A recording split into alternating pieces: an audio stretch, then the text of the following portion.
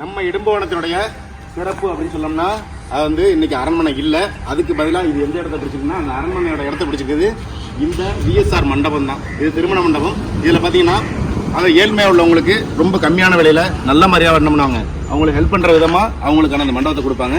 அதே போல் வந்து வசதிக்கு தகுந்த மாதிரி கொடுப்பாங்க. அதை விட முக்கியமாக 6 பஞ்சாயத்துக்கு இந்த சரௌண்டிங்கை சுற்றி, அதாவது இடுமணத்தை சுற்றி 6 பஞ்சாயத்துகள் இருக்குது. இந்த 6 பஞ்சாயத்துக்கும் இந்த ஒரே ஒரு மண்டபம் தான் இருக்குது. இது இந்த ஊரோட சிறப்பாக சொல்லலாம். அதோட முக்கியமாக பார்த்தீங்கன்னா உங்கள்கிட்ட வந்து வீடுகளும் வாடகைக்கு இருக்குது.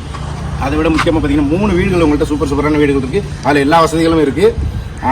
இதையும் விட இன்னும் சிறப்பான விஷயம் சொன்னாக்கா, இவங்க வந்து சிங்கப்பூரில் செட்டில் ஆகிருக்காங்க. அப்படி இருந்து இந்த ஊருக்கு ஏதாச்சும் நல்லது செய்யணும் அப்படிங்கிற நோக்கத்தில் இவங்க என்ன எவ்வளோ பெரிய மண்டபத்தை கட்டிட்டு இருக்காங்க. அதோட முக்கியமாக 3 பஸ்ஸும் வச்சிருக்காங்க. இவங்கள்ட்ட அந்த பஸ்ஸும் வந்து பார்த்தீங்கன்னா சேவை மனப்பான்மையில் தான் இந்த மாதிரியான விஷயங்களை செஞ்சுட்டு இருக்காங்க. அதனால் முடிஞ்ச அளவுக்கு இதை மாதிரி ஊர்களில் இருக்கக்கூடிய நீங்கள் அந்த கமெண்ட்டில் சொல்லுங்கள். இதோட ஸ்பெஷல் இன்னும் என்னங்கிறத எனக்கும் தெரியப்படுத்து.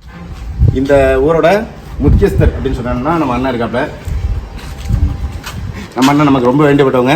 எது மூலமா அப்படின்னு பார்த்தீங்கன்னா தெரியாதனமா என்னோட தங்கச்சை இந்த இவர் கல்யாணம் பண்ணி கொடுத்த நிலைவா அண்ணன் நமக்கு நட்பாயிட்டாங்க.